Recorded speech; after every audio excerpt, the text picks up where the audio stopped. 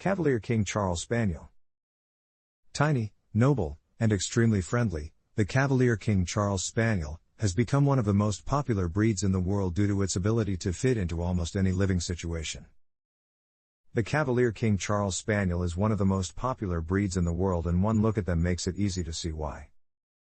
These little dogs have silky, flowing hair, adorable, friendly faces, and a personality that makes them eager to get along with literally everyone and everything. Bred purely as lap dogs, the Cavalier King Charles is smaller than most other Spaniels and comes with a generally lower prey drive, relative to their other Spaniel cousins. Instead, they are incredibly affable dogs, taking a fast liking to strangers and family members, living well with other pets, and fitting in comfortably with households of children or seniors. Appearance. There's no way around it, these teensy little Spaniels are adorable. With their small stature, right about a foot tall and 15 or so pounds, their large eyes, and exceedingly friendly dispositions, it's practically impossible not to be charmed by a Cavalier King Charles. The Cavalier King Charles comes in 3 basic colors: white with chestnut markings, the most common coloration, often referred to as blenheim, black and tan, or solid ruby. A small number of Cavaliers come in a tricolor pattern as well, black and white, with tan markings on the eyes, ears, and tail. Regardless of color, their coats are medium length, silky, and very soft. The hair remains straight over their entire bodies, though some feathering may occur on their feet, bellies, and tails as the hair grows. In recent years, an even smaller subset of the Cavalier King Charles has emerged, commonly referred to as the teacup Cavalier King Charles Spaniel.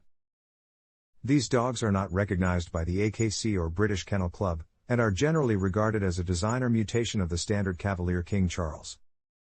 Additionally, due to the fact that the only ways of creating a purebred teacup Cavalier are to breed dogs with dwarfism genes, or to breed litter runts, teacup Cavaliers tend to have many health conditions and immune disorders. In fact, the Cavalier King Charles Spaniel Club, CKCSC, recommends against purchasing teacup Cavaliers at all. Temperament. The Cavalier King Charles Spaniel is one of the sweetest dogs you're ever going to meet.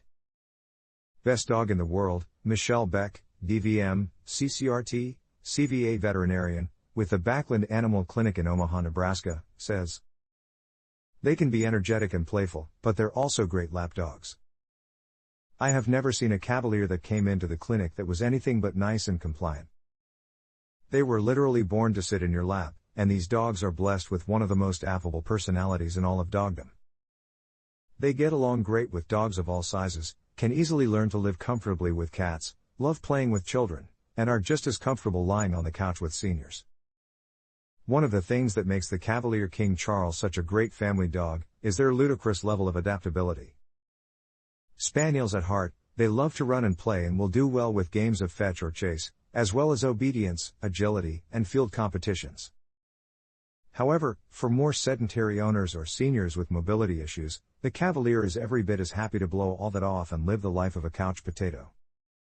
This does, however, put the onus on their owner to adjust the Cavalier's food intake to match the kind of family dog they want him to be. Cavaliers can and will put on too much weight if you let them, so adjusting the calorie levels for dogs who aren't going to be running around as much will help keep them healthy and happy.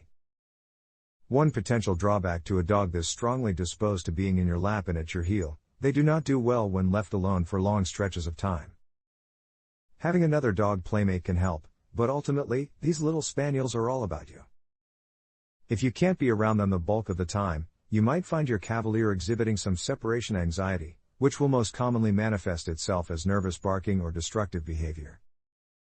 This might sound silly to even mention, given the Cavalier's tiny size, but these little guys do not make good watchdogs. They'll absolutely bark when someone comes to the door. But they're just so eager to meet everyone they come in contact with, they'll probably be more happy to have a fun new friend than they are to actually let you know there's an intruder in the house. Another word of caution, the Cavalier King Charles can be trained for obedience fairly easily, and they are happy to go out and exercise with you, but this breed has absolutely zero street smarts. For this reason, a fenced-in yard is a high priority. Leashes are necessary at all times too, because if your calf catches an interesting scent or decides to chase a bird, they like chasing birds, he absolutely will run out into traffic with zero hesitation. Living needs. You. That's all a Cavalier King Charles Spaniel really needs to be happy. They love following you around the house, they love sleeping next to you, they love sitting on the couch by you, they will follow you into the bathroom. They are going to be around you every minute they can. Because of this nearly single-minded devotion to being around you, they can get along in just about any environment. They do great in apartment settings, and love a nice yard every bit as much. They can develop some breathing problems in the heat, so they shouldn't be left outside too long unsupervised, or without access to cold water and some shade, but otherwise, they're good to go for some backyard fun. Cold climates aren't always their favorite, thanks to their single coat, but they can usually get along. You'll just want to pay attention to their feet when they come in, as snow can easily get matted in the hair around their toes and give them frostbite problems. As far as family settings go, these little buddies are ready for it all. They will happily play with children all day long, though smaller kids should be supervised, because the Cavalier King Charles is small enough to get accidentally hurt fairly easily. They're also more than happy to serve as lapdogs and rest quietly on the couch with older owners, killing the day as a close, quiet companion. In fact, the Cavalier King Charles does so well as a couch dog, they also make exceptional therapy animals for senior homes, hospitals, and hospices. As one might expect from all of the above, they are excellent choices for first-time pet owners, as they have almost zero needs or expectations, outside of wanting your love as often as they can get it. Care. The Cavalier King Charles Spaniel's coat is going to need some regular brushing, probably twice or 3 times a week, as they are fairly regular shedders. But the good news on that front is that their hair stops growing fairly quickly, and the standard care for a Cavalier King Charles doesn't involve trimmings. Just brush them regularly to keep their coats from matting and to pull out the loose hair, give them a bath as needed, and they should be good to go. Health. Yeah, so there's always got to be a little bitter in the batter, right? Here it comes, the Cavalier King Charles Spaniel has a number of health concerns. Not all of them are severe or life-threatening, but several of them are absolutely rampant throughout the breed. In short, if you have a Cavalier King Charles, it almost certainly has one or more of the following issues. First up, there's mitral valve disease. This is a heart condition that results in the weakening of valves and can lead to heart murmurs. Those murmurs can worsen as the dog ages, ultimately leading to heart failure. Mitral valve disease is polygenic, it is affected by more than one gene, which means that every Cavalier, regardless of place of birth or bloodline, is susceptible. A survey conducted by the Kennel Club found that mitral valve disease was prevalent in nearly 100% of the dogs tested, and that it was the cause of death for nearly 43% of Cavaliers. Mitral valve disease is a degenerative condition, so as the dogs age, symptoms can become more pronounced. Statistically, roughly 50% of Cavaliers will show symptoms by the age of 5, and by age 10 virtually all Cavaliers will have a heart murmur of some type. Next up, there's syringomyelia, SM. SM is a condition affecting the brain and spine, where a malformation in the lower back of the skull reduces the space available to the brain, compressing it and often forcing cerebral spinal fluid out into the spinal cord. Symptoms can range anywhere from mild discomfort to severe pain and partial paralysis. Much like mitral valve disease, SM is stunningly common in Cavalier King Charles Spaniels, with international research numbers showing that over 90% of Cavaliers have the malformation that can lead to SM. At Iowa State University, they do a targeted MRI specifically for Cavaliers to check for SM, Beck explains. They found that while a huge percentage of dogs have the condition, not all of them will show effects from that. It's really case by case, she continues. One dog might have significant redirection that causes severe symptoms, while another might have the malformation, but live a perfectly normal life. SM can present at any age, but in nearly 85% of cases, symptoms show between the ages of 6 months and 4 years. While SM can cause a Cavalier a great deal of pain in the most extreme cases, it can be corrected with surgery, with the majority of dogs going on to normal lifespans.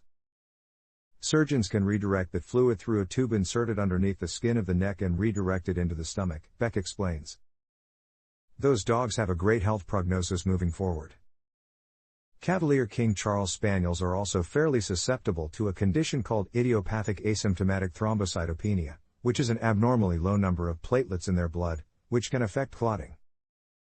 According to surveys, there is roughly a coin flip's chance that your Cavalier will have thrombocytopenia. Luckily, there is absolutely no adverse effect on your Cavalier's mood or lifespan, but vets will need to be made aware of the existence of the condition if the dog requires any kind of surgery or stitches for a wound. All of the above can sound incredibly daunting.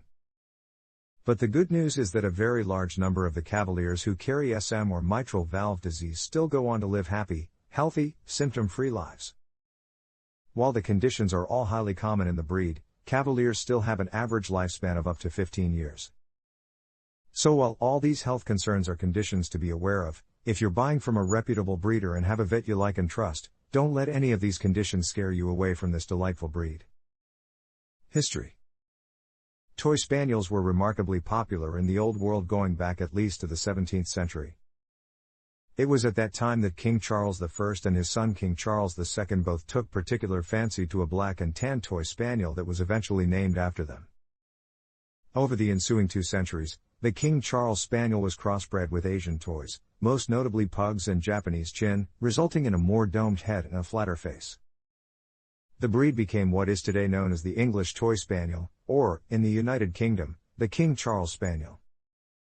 In the 1920s, dog breeders began having a revived interest in the old-style Charles Spaniels, and in 1926 an American breeder named Roswell Eldridge offered a cash prize of £25 to British breeders who could produce Old World-type Toy Spaniels, with flatter heads, longer faces, and slightly larger size. The prospect of prize money drove breeders to revive the old style. These dogs were dubbed Cavalier King Charles Spaniels. The first Cavalier Club was formed in 1928, and the dog steadily gained in popularity. As with many European breeds, World War II decimated Cavalier King Charles numbers, with the Cavalier Club only registering 60 dogs between 1940 and 1945. After the war, however, breeders set out to restore the Cavalier's numbers. By the end of 1945, the UKC had recognized the breed as separate from the King Charles Spaniel. The dogs began to make their way to the United States in 1956, and the AKC recognized the breed in 1995. Fun facts. There is a persistent urban legend saying that King Charles II issued a decree allowing the Spaniels that bear his name to enter any establishment in the UK. The belief became so prevalent that the UK Parliament looked into the matter and subsequently debunked it. When a Cavalier King Charles Spaniel is white with chestnut markings, it's sometimes referred to as having Blenheim coloring. This term originated during the early part of the 18th century when John Churchill, 1st Duke of Marlborough, kept red and white King Charles type Spaniels for hunting.